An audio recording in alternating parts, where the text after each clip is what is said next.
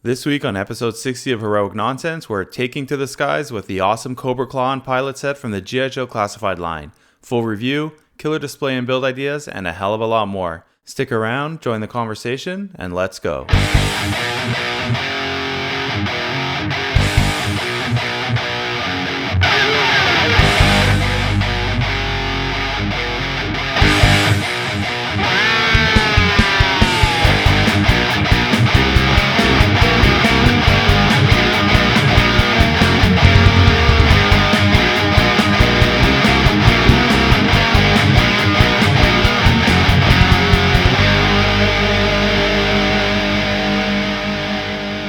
Cobra is back, and this time they brought their deadly covert light aerial weapon with them to rip into the Joes from the air. Otherwise known as a Cobra Claw, this jet-powered hang glider is perfect for getting Cobra right into the thick of things with fast maneuverability and firepower to match. And I have to say, the G.I. Joe Classified updated version of the original 80s Claw is just perfect, and ready to join the fight with the ever-growing and impressive Cobra Classified vehicles.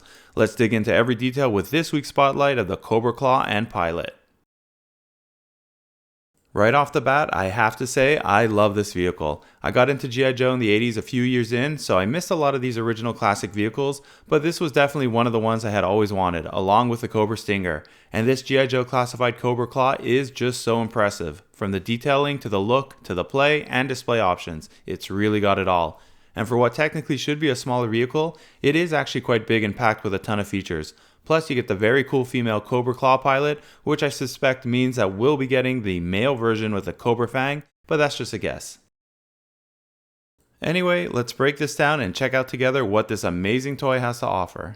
And boy does it pack a punch, with its striking light gray and black overall design, aerodynamic body, and updated features. I absolutely love the decals, the black wings and fins, and those silver thrusters, not to mention all the other painted and sculpted elements that easily elevate this vehicle to premium quality. They've even painted on different colors to the beacon lights for each of the wings, and man do those decals all over the vehicle make this thing stand out. Going so far as even painting on an image of a claw with the vehicle name on one of the vertical stabilizers. One thing I really appreciate with all of these classified vehicles are the details that are placed on every inch of the vehicle, and as you can see here, for such a small aircraft, they went all in. The use of the Cobra name and symbols are just perfect, with the right side having not one but two Cobra symbols to enjoy.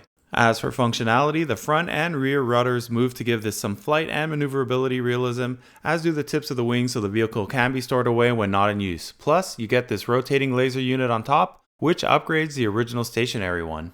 The fuselage is packed with detail as well, and has all of my favorite warning decals that I love sticking onto the original toys from the 80s, and houses the control arms, landing gear, missiles, and vest, which keeps the Cobra Pilot in quite well without using a peg. In fact, the vest is permanently attached to the fuselage and has two adjustable straps which slot into two loops on the bottom portion, similar to what we've seen on bigger vehicles like the H.I.S.S tank and Joe Dragonfly. And you gotta dig that emblazoned red Cobra symbol on the bottom strap. Once everything's in place, that Pilot ain't going anywhere, and is ready to take command of the air. As for the landing gear, it stows away nicely underneath the wings until they need to be deployed for landing.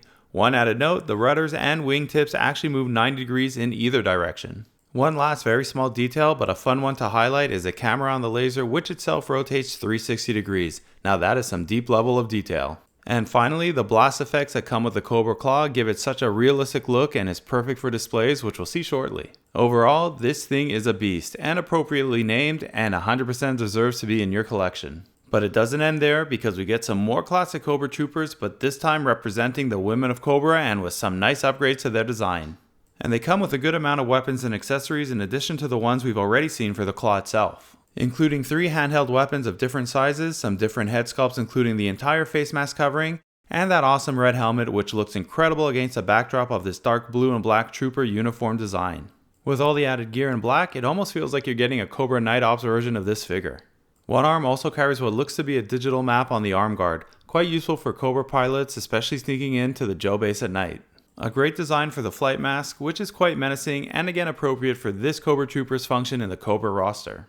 And it can be swapped out for not one, but 2 possible variant heads, which take the design from the Cobra Troopers themselves, this time with the more modern take on the red face mask, which complements the red helmet quite nicely. I really do hope they make a male version to go along with this crew for the Cobra Fangs.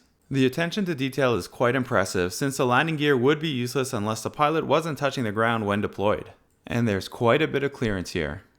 And from every angle, the figure stays high off the ground and benefits from the legs being tight and having a good range of motion. It's great to have a bonus stand since those are few and far between, and it can be adequately used to balance male figures, which the smaller sized female figures don't have to worry about since the back tail fins of the claw help keep the figure and claw upright.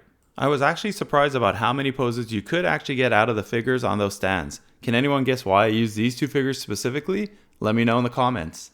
So in the end, if you couldn't tell by now, I love this set and I think you will too, especially if you love both play and display and want a vehicle that can fit into any size display. I'll have a bunch of great action shots to share in a bit, but first, let's check out some comparisons, starting with my favorite vehicle team up of the Cobra Flight Pod and the Cobra Claw. And these two next to each other just look so good. I cannot wait to put them in a display together. The missiles are the same, by the way, which is kinda cool since it makes sense for Cobra to have interchangeable missiles mass produced for similar types of vehicles. Can you imagine a patrol of these flying through the night sky? Similar to one of my favorite scenes from the '87 movie at the start where the trouble bubbles are flying over the stuns as they return to the Terrordrome. This shot, which I'll expand on later, gives you guys a good idea of the size of the claw as compared to some other Cobra vehicles. As for inspiration, I believe the first toy to use this type of upgraded Cobra Trooper uniform was from the 25th anniversary Cobra Air Trooper 5-pack and single, and Cobra Fang and Claw 2-pack with the Red Viper and Cobra Pilot. I grabbed a few of these retro releases not too long ago, which also uses the same type of look and feel to the Pilot we got with the classified Cobra Claw, down to the mask and red helmet, though with a black insignia. I never got the Valkyrie set, which I bet would have looked great with this Claw Pilot, so instead I'm showing another very cool figure that came with the ferret, the Cobra Scout, and you can see some of the similarities that they share across their respective uniforms. Specifically around the legs and boots, which are the exact same but clearly colored differently. As well as the masks, which are always fun to have multiple versions of for troopers. And since they do use the same head molds, yes, the red helmet can fit over the Scout's head as well. And we can't leave out the male counterpart of the Cobra Troopers, which are a bit darker, with the retro Trooper versions, which we haven't opened yet, being slightly more in line with the shade of blue on the Claw Pilot. Same overall design of the mask for both figures, which brings this figure in line with the rest of the troopers and officers. Though in this case, unfortunately, the helmets do not swap well at all.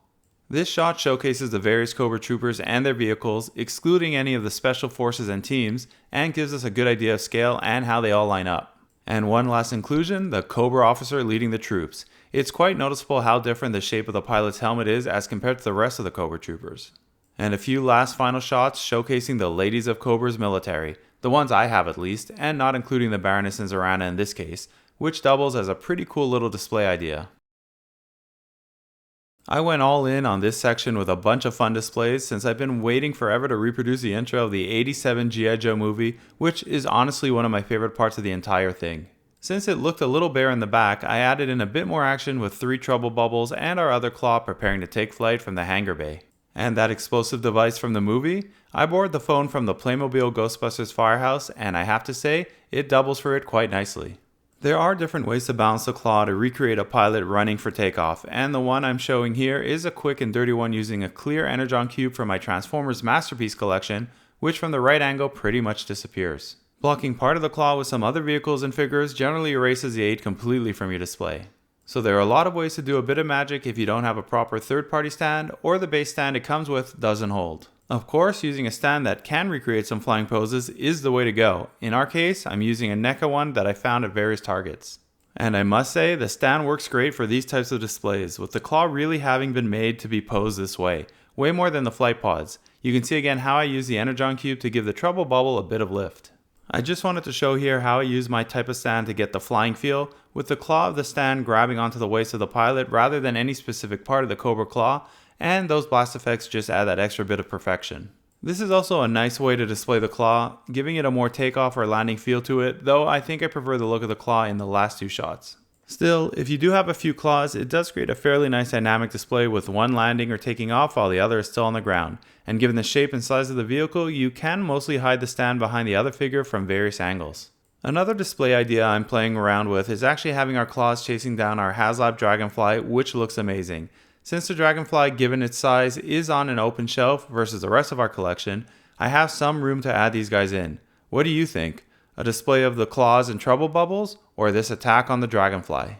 You can also add the claw in with its stand with some of the other ground vehicles, and it fits right in as well. I like this idea, but you definitely need some shelf space if you wanted a few of these heavy hitters together. I for sure couldn't leave out this as a display idea with Raptor joining the aerial fray. More of a fun one, but a great way to incorporate different figures from different styles into one display rather than keeping them isolated. This shot gives you a good idea of wingspan, and they both pretty much have the exact same. One last close-up shot of this setup before I shift to one of my favorites, which is this display using a lot of our Cobra vehicles prepping for an attack on the Joes, with one of the Claw pilots helping her teammate get the Claw ready for takeoff, while the rest of the unit gets their gear in check or just take a break with their vehicles before the big fight. I also really like this specific display I created for the Claws because I'm using all the old school vehicles and characters, including the H.I.S.S, the Stinger, the Claws, and the Troopers and Televipers, some of my favorite vehicles and figures of all time. And let's end it all where we started, with Cobra Commander hang gliding his way in to drop off his surprise for the Joes, and then making a run for it right before Duke comes to save the day. Best intro ever. Let's end with this awesome box art, always one of the highlights as far as toy packaging goes, with some rattlers in the background. We actually received our H.I.S.S rattler, but it's going to be one of the boys' presents this year for the holiday season. So I'm actually going to wait another 5 months before opening it, which is brutal. You can also see the Joe base in the background, and I'm guessing that little by little we'll be able to recreate it or parts of it, as they just announced the modular defense post. The side of the package complements the front with this great drawn action pose of the pilot and claw. And the back showcases a really nice specs image of the vehicle and everything it comes with. Really appreciate the effort they go into to create nice collectible looking packages, at least for the vehicles and HASLabs. So that brings us to the close of this spotlight on the incredibly cool Cobra Claw and Pilot, one of the iconic mini vehicles from the original run of the toy that I wish I had gotten as a kid. Hope you enjoyed this review as much as I did putting it together, and if you haven't already and want to see more of these types of 360 reviews of the latest and greatest, please like and subscribe so we can continue growing this awesome community. And remember, it's all such heroic nonsense in the end. Bravo!